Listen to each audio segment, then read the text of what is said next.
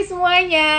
Semuanya selamat datang di Instagram live-nya dari Prima Protect Plus. Dan kali ini kita akan membahas topik yang menarik banget, yang lagi panas-panasnya, lagi hangat dibahas. Apa coba? Kalau bukan mutasi virus versus vaksinasi, apa aja nih yang perlu kita ketahui? Dan tentunya bersama saya Jen Girsang yang akan memandu pada malam hari ini. Nanti aku nggak sendiri, pastinya tentu akan bersama narasumber kita yang keren banget. Ada Dokter Adam, nanti akan bergabung. Hai Dokter Adam. Hai Kak Jen, Kombawa. konbanwa. Ya. Oke dokter, ini gimana kabarnya hari ini? Apakah tadi praktek atau gimana dok? Kabar baik, kalau di sini kan saya di Jepang, jadi habis kuliah lah istilahnya. Sekolah ya. Sekolah. Oke, nah dokter, ini kita mau ngobrol-ngobrol kali ini tentang topik yang emang lagi hangat banget nih. Kayak dokter Adam juga lagi banyak edukasi di Instagramnya juga di sosial media dok ya. Menurut dokter sendiri nih di Indonesia udah seperti apa perkembangan dari si virus corona ini? Kalau di Indonesia nih sekarang nih totalnya udah lebih dari 1,4 juta kasus ya total ya. Ya. Terus kalau sehari-hari itu ya 5 sampai 6 7 ribu lah per hari. Nah, tapi kayak kita bisa lihat sedikit kabar baik, yaitu kalau misalnya dibanding sama Januari Februari itu kan kayak kadang 11 ribu sampai 14 ribu. Sekarang Benar. ini udah lebih turun sebenarnya. Jadi trennya sih nurun, dan ini ternyata di seluruh dunia juga trennya lebih Nah, turun. ketika mereka sudah positif itu sebenarnya dok, apa sih yang harus dilakukan gitu? Apakah langsung ke tempat kesehatan atau isolasi mandiri? Bagaimana nih dok? Oke, jadi kalau misalnya kita dinyatakan positif, misalnya PCR atau antigennya positif, itu yang pertama kali dilakukan langsung tuh harus isolasi mandiri. Nah, tapi yang jangan kita lupain, yang suka ketinggalan, itu lapor ke puskesmas atau fasilitas kesehatan terdekat. Jadi kadang orang main isolasi-isolasi aja gitu. Padahal dia harus lapor. Kenapa? Supaya nanti dapat arahan isolasinya harus kayak gimana, dapat obat juga, dapat pengarahan-pengarahan lebih lanjut. Itu sih yang kadang orang lupa ya. Oke, yang perlu disiapkan sebenarnya cukup banyak ya, kayak tools lah, kayak alat-alat. Jadi kayak termometer, pulse oximeter, itu buat meriksa diri sendiri atau ada keluarga, itu juga boleh. Terus habis itu obat sama vitamin minta puskesmas ya atau fasilitas kesehatan ya kalau bisa. Kemudian kita perlu siapin barang-barang lain nih, terutama untuk pencegahan, apalagi yang isolasi mandirinya ada keluarga yang kebetulan nggak kena. Itu yang namanya masker, desinfektan, sabun, hand sanitizer, itu penting banget sebenarnya. Dan jangan mikir buat kita doang, tapi buat keluarga kita juga yang kebetulan nggak positif tapi serumah. Itu mesti disiapkan sih. Oke, jadi memang bisa menggunakan hand sanitizer juga, disinfektan, dan pastinya masker tadi. Dan rajin-rajin cuci tangan untuk orang yang serumah dengan yang positif. Harus. Ini dokter Adam, kan tadi kita udah sedikit bahas nih, singgung si mutasi virus baru ini ya. Kan ada yang bilang si virus baru COVID itu B117 udah terdeteksi di Indonesia. Dan kemudian ada juga nih varian N493K. Apa bedanya sama COVID yang kemarin gitu? COVID yang di Indonesia banyak itu sekarang, itu udah beda sama yang dari Wuhan, Kak. Jadi ada lagi mutasi sebelum B117 tadi. Emang di situ penularannya lebih cepat. Nah, B117 ini kenapa dia cukup ramai, maksudnya diberitakan gitu, kenapa bener-bener jadi concern, karena dia itu selain emang penularannya lebih cepat dibanding jenis virus yang ada sekarang, itu sampai 70% lebih cepat. Yang kedua adalah, yang berbahaya di sini, mereka ahli itu udah menemukan kalau terbukti meningkatkan angka kematian. Untungnya sabun, hand sanitizer, desinfektan itu bisa buat semua golongan virus. Jadi dia nggak kenal sebenarnya mau mutasinya kayak apa. Itu sebenarnya nggak ngaruh. Karena kalau sabun, prinsip dasarnya kan dia melarutkan selubung lemak di virus. Kan semua virus penyebab COVID, mau jenisnya apa, strukturnya kurang lebih sama. Jadi tetap bisa kena lah istilahnya, si lemak itu bisa dilarutin, jadi mati. Kalau untuk hand sanitizer, prinsipnya selama emang dia punya alkohol yang minimal 60-70%, itu udah bisa ngebunuh sebenarnya. Mau virus penyebab COVID-nya strain-nya apapun, mau dia B117, mau dia strain lain, itu tetap bisa. Ini Kayak gitu. dengan adanya, tadi kan dokter bilang, vaksin yang sekarang nih, aku lagi ngomong ya, kira-kira masih efektif nggak sih untuk melawan virus COVID yang sekarang nih? Oke, menarik banget. Kalau Sinovac itu dia udah ngeklaim, penelitiannya belum keluar, tapi dari Brazil kan salah satu tempat penelitian Sinovac yang terbesar, itu bilang Sinovac itu bisa efektif untuk yang B117. Jadi bisa. Nah, terus kemudian untuk kan satu lagi ada AstraZeneca ya. AstraZeneca juga sudah ada klaimnya kalau mereka bisa untuk si B117 tadi. Jadi untuk 2 vaksin di Indonesia yang ada sekarang, 3 sih sama Bio Farma. Cuma kan Bio Farma kurang lebih sama kayak Sinovac isinya. Jadi 3-tiganya bisa buat mutasi tersebut. Sebenarnya kekebalan di manusia itu ada 2 tuh. Ada bawaan, ada adaptif. Bawaan itu kalau misalnya virus, bakteri apapun masuk, dia akan langsung ngehajar. Responnya cepet banget. Tapi responnya sayangnya tidak terlalu efektif dan tidak terlalu kuat. Tapi dia responnya cepat. Semua langsung dihajar. Nah, ketika misalnya ada virus penyebab COVID masuk, itu pasti yang respon imun bawaan dulu. Nah, yang kedua itu ada namanya imun adaptif. Imun adaptif itu bedanya sama si bawaan. Kalau tadi bawaan kan ada yang masuk langsung berantem kan. Kalau si adaptif itu masuk dia nunggu dulu. Kenalan dulu. Jadi ntar misalnya si imun bawaan tadi udah berhasil ngebunuh virusnya. Nanti imun bawaannya ngasih ke adaptif. Ini nih kita punya lawan baru nih. Kamu kenalan dulu. Ntar dia mengenali. Terus kemudian, ini udah kenal nih. Akhirnya dia buat kekebalan-kekebalan. Salah satunya adalah antibody. Nah, kalau dia jauh lebih efektif, tapi lama nunggunya. Dia butuh waktu sampai akhirnya bisa melawan. Jadi kalau misalnya kita kena COVID biasa langsung, itu kekebalan adaptifnya paling baru muncul minggu 1, minggu 2. Kalau pada beberapa orang itu udah berat duluan penyakitnya. Nah, vaksin ini tujuannya, kan kalau Sinovac ini kita ngasih kayak bangkai virusnya kan, virus matinya. Nanti ketika masuk ke badan kita, si kekebalan adaptif itu udah kenalan duluan jadinya. Kayak, kita udah tahu nih ada virus ini masuk. Jadi dia udah nyiapin antibodinya duluan. Jadi ketika si virus beneran masuk ke badan kita udah jauh lebih siap. Ini. Jadi Mbak Dian juga nanya nih dok, sama kayak pertanyaan yang juga pengen aku tanyakan, berapa kali idealnya menggunakan hand sanitizer? Apalagi kan tadi ada mutasi virus, kemudian kalau misalnya kita menggunakan sabun cuci tangan, tapi nggak ada misalnya di mobil atau lagi di jalan gitu, apakah kita harus tetap cari sabun cuci tangan atau hand sanitizer aja udah cukup? Gimana nih dok? Oke, ini menarik banget. Jadi yang pertama kita perlu tahu prinsip dasarnya. Prinsip dasarnya itu adalah kalau bisa sabun dan air itu akan jauh lebih baik. Sabun dan air mengalir ya, itu akan jauh lebih baik. Kalau misalnya salah satunya nggak ada dan kebetulan kita harus memegang sesuatu yang kita nggak yakin itu bersih apa enggak, dan kemudian kita khawatir kita akan menyentuh muka kita juga, itu kita bisa pakai hand sanitizer. Tapi hand sanitizer itu cuma bisa digunakan maksimal 5 kali berturut-turut. Nah, maksudnya gimana? Misalnya kita udah pakai sanitizer nih, sekali. Berikutnya 2 kali boleh, 3 kali boleh, 4 kali. Tapi kalau udah 5 kali, dianjurkan segera mencari sabun dan air mengalir. Kenapa? Karena gini, kalau pakai sabun dan air mengalir, kan sabun tadi membunuh virusnya kan, dengan melarutkan lemak di virusnya. Nah, tapi dengan air mengalir itu kebilas Kak jadinya. Nah, jadi virusnya tidak ada di tangan. Tapi kalau hand sanitizer yang tentunya mengandung alkohol ya 60-70%, kalau bisa 70% ke atas, itu hanya membunuh. Jadi bangkai-bangkai virusnya, sisa virus matinya akan ada di tangan. Nah, jadinya kalau kita pakai 5 kali berturut-turut, bayangin yang numpuk udah kayak apa. Nggak kebilas soalnya kan. Nah, jadinya itu tujuannya kenapa setelah 5 kali berturut-turut itu disarankan untuk membilas dengan sabun dan air mengalir supaya bangkainya tadi yang sudah mati tadi sudah hilang dari tangan kita. Nanti setelahnya silakan pakai sanitizer lagi. Sejauh ini sih saya belum pernah lihat ada batasan, maksudnya harus maksimal berapa kali sehari. Sejauh ini sih nggak ada. Tapi yang penting 5 kali berturut-turut. Setelah itu sabun dan air mengalir. Diperhatikan juga hand sanitizer-nya kandungannya apa, karena krusial banget kalau buat masalah virus ini. Kalau kurang pas aja, itu takutnya nggak mati semua atau kurang efektif jadinya. Jadi emang benar-benar penggunaan hand sanitizer ini sebegitu pentingnya, dan yang penting dicatat juga tadi dokter mengatakan bahwa alkoholnya itu harus 70%. Nah, sama nih kayak Prima Protect Plus, dia juga sudah mengandung alkohol 70%, tapi juga lembut di tangan karena ada natural essential oil tea tree.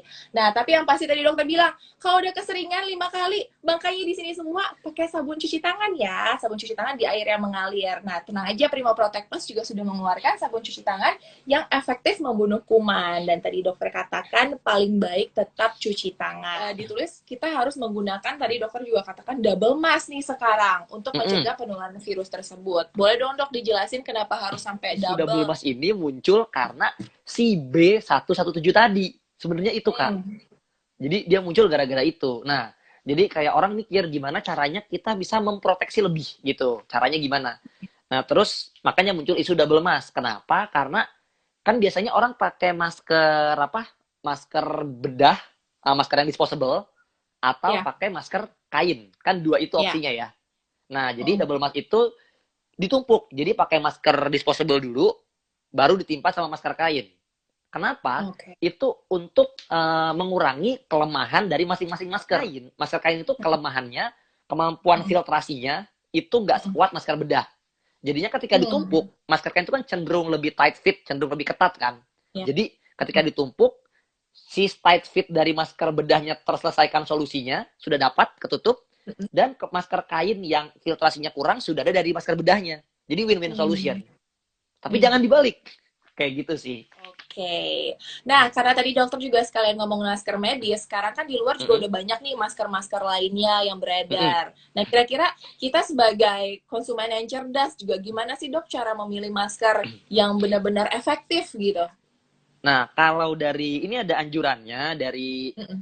WHO sama FDA. FDA itu kayak suatu lembaga mirip BPOM lah yang memberikan izin kepada termasuk alat kesehatan gitu. Misalnya kesehatan ini bagusnya kayak apa gitu. Nah, Mm-mm. kalau sejauh ini yang terutama disyaratkan adalah kemampuan dari filtrasi atau penyaringan Mm. maskernya.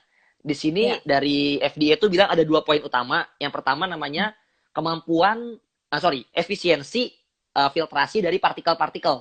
Itu angkanya sekitar kalau bisa minimal 98%. Nah, Ya. yang kedua itu kemampuan filtrasi bakteri. Jadi namanya bacterial filtration efficiency. Kalau yang tadi Ya. sebelumnya particulate filtration efficiency. Kalau yang bakterial itu udah dianggap oke kalau angkanya minimal 95.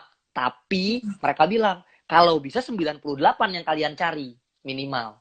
Itu yang utamanya sih, Kak. Dan tentunya 3 lapis ya kalau masalah masker apa bedah ya, karena kan biasanya emang triple.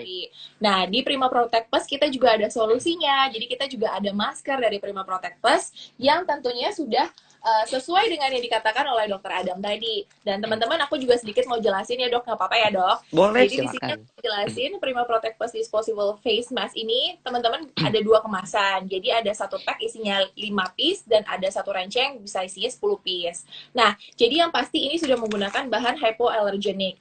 Dan tadi tuh, ini ada 3 filter. Nah, itu penting banget karena ternyata 3 lapis perlindungannya itu adalah satu lapisan luar anti air, itu namanya super hydrophobic yang memfilter partikel besar dan tahan percikan cairan. Nah, itu tadi dokter katakan misalnya kalau lagi ngomong kan kita suka ada cairan-cairan keluar tanpa sadar nih. Nah, makanya ini bisa ditahan dengan filter yang pertama tadi lapisannya. Yang kedua adalah lapisan filter meltdown yang mampu menyaring lebih dari 99,73% kuman di udara. Oh, Dan yang lebih terakhir tinggi tuh ya. lapisan dalam Iya, tinggi kan dok? Dan yang ketiga lapisan dalam anti air yaitu adalah hydrophobic yang tahan akan percikan dan nyaman di kulit wajah. Dan kan kalau kita ngomong, kita juga ngomong keluar-keluar. Nah, itu akan tertahan juga di sini. Sebagai buktinya, aku akan kasih lihat ke teman-teman semua dan akan aku gunting karena ini ternyata bener nggak sih Jen ada 3 filter. Kan pada banyak yang nggak tahu. Tapi aku juga kasih tahu ya. Nih dokter mungkin sekalian bisa kasih tips kalau misalnya udah selesai pakai masker disposable ini baiknya gimana gitu ya dok. Nah, Dibuangnya seperti apa itu juga bisa dikasih tahu setelah ini nih. Nih teman-teman oke. aku udah gunting. Dan ternyata kita bisa lihat nih, aku kasih lihat lebih zoom ya. Ada 3 lapis. Tuh, ada satu yang warna putih di dalam, bening, kemudian putih, dan biru yang paling luar, gitu. Selain kita harus menyiapkan masker, kemudian juga tadi protokol kesehatan untuk pencegahan virus, apalagi utamanya virus baru. Nah, kita tuh harus juga nggak sih kayak di rumah menyiapkan semprotan khusus atau harus mendisinfektan rumah Kalau kita. misalnya emang di rumah kita itu apa, ya cuma kayak kita-kita aja yang bisa tinggal serumah, nggak ada tamu, nggak ada yang lain, sebenarnya desinfeksi, maksudnya kayak rutin desinfeksi itu nggak wajib hitungannya, kecuali emang ada yang lagi isolasi mandiri, itu beda soal. Nah, apa yang harus didesinfeksi? Itu yang kadang saya lihat orang tua agak miss, Kak. Jadi Hmm. kadang ada yang disinfeksi atap lah gitu, kayak ngapain gitu sebenarnya. Saya pernah dengar itu. Jadi atau jalan-jalan gitu. Lantai. Nah, jadi gini sebenarnya yang perlu didesinfeksi utama itu adalah daerah-daerah yang emang rutin kena tangan. Jadi gagang Hmm. pintu misalnya. Itu kalau Hmm. di tempat saya di Jepang itu setiap pagi kita harus menyemprot gagang pintu. Ya. Karena sering banget dipegang gagang pintu, gagang laci, meja, itu kan sering dipegang kan. Atau Hmm. mungkin kalau ada anak balita atau masih kecil yang masih merangkak, masih suka main-main di lantai, ya itu mungkin bisa didesinfeksi pakai pel. Pel kan ada yang ada desinfeksinya tuh. Ya. Nah, jadi itu bisa juga.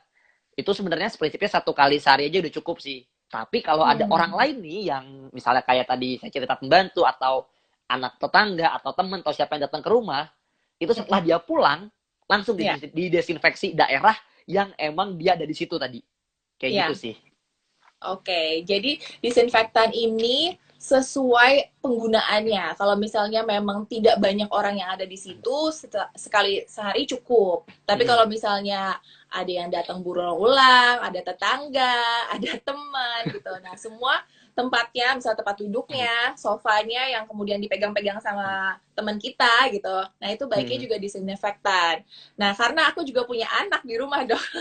Jadi biasanya selain tadi lantai, nah kayak mainan gitu kan harus Ah. mainin sama beberapa temennya gitu. Nah aku Mm-mm. suka juga untuk disinfektan mainan, apalagi kan dia masih usia setahun juga dok. Jadi kadang suka masuk Mm-mm. mulut. Ah, iya benar-benar. Nah, iya.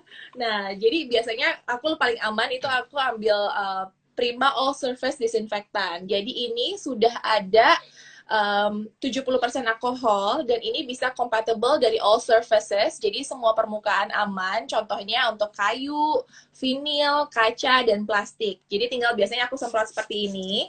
Nah, karena ini mengandung 70% alkohol, biasanya tadi dokter bilang pasti langsung mati dong kumannya. Nah, karena langsung mati, aku diamin dulu, tunggu kering. Baru mau kasih ke anak aku.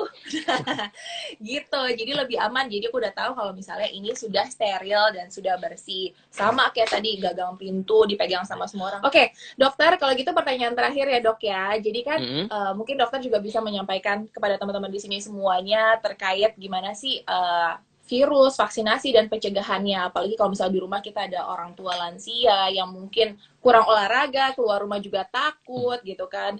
Yang punya anak-anak kecil, bagaimana nih ke depannya supaya tetap bisa menjaga kesehatan? Kalau buat dari COVID sendiri itu tetap ini ya, tetap harus yang 3M tadi, pakai masker, maskernya kalau bisa double mask, kalau bisa double, terus kemudian cuci tangan itu dengan sabun dan sanitizer, dan cuci tangannya jangan lupa caranya yang benar ya, 6 langkah. Yang pertama telapak-telapak, satu.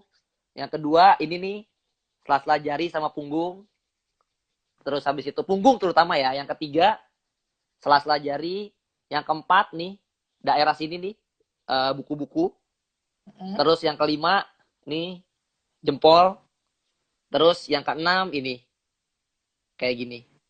Buat ujung-ujung jari sini. Nah, itu dilakuinnya kalau hand sanitizer itu 20 sampai 30 detik cukup. Kalau sabun kalau bisa 40 sampai 60 detik. Kita akan lanjutkan lagi. Tadi kan kita udah ngobrol sama dokter Adam. Tadi dokter Adam juga sudah mengatakan bahwa harus pilih juga produk-produk yang terpercaya. Jadi pastikan juga produk yang terpercaya, halal, dan tadi sudah mengandung kandungan alkohol di atas 70%.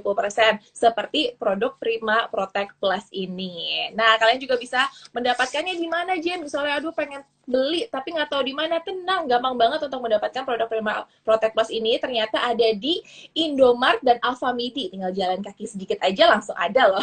Tinggal kalian beli di situ atau misalnya mau beli online juga bisa di Tokopedia dan Shopee. Jadi kalian segera stok di rumah karena itu tadi Dokter Adam juga udah mengatakan protokol kesehatan tetap harus ketat, kita tetap harus waspada.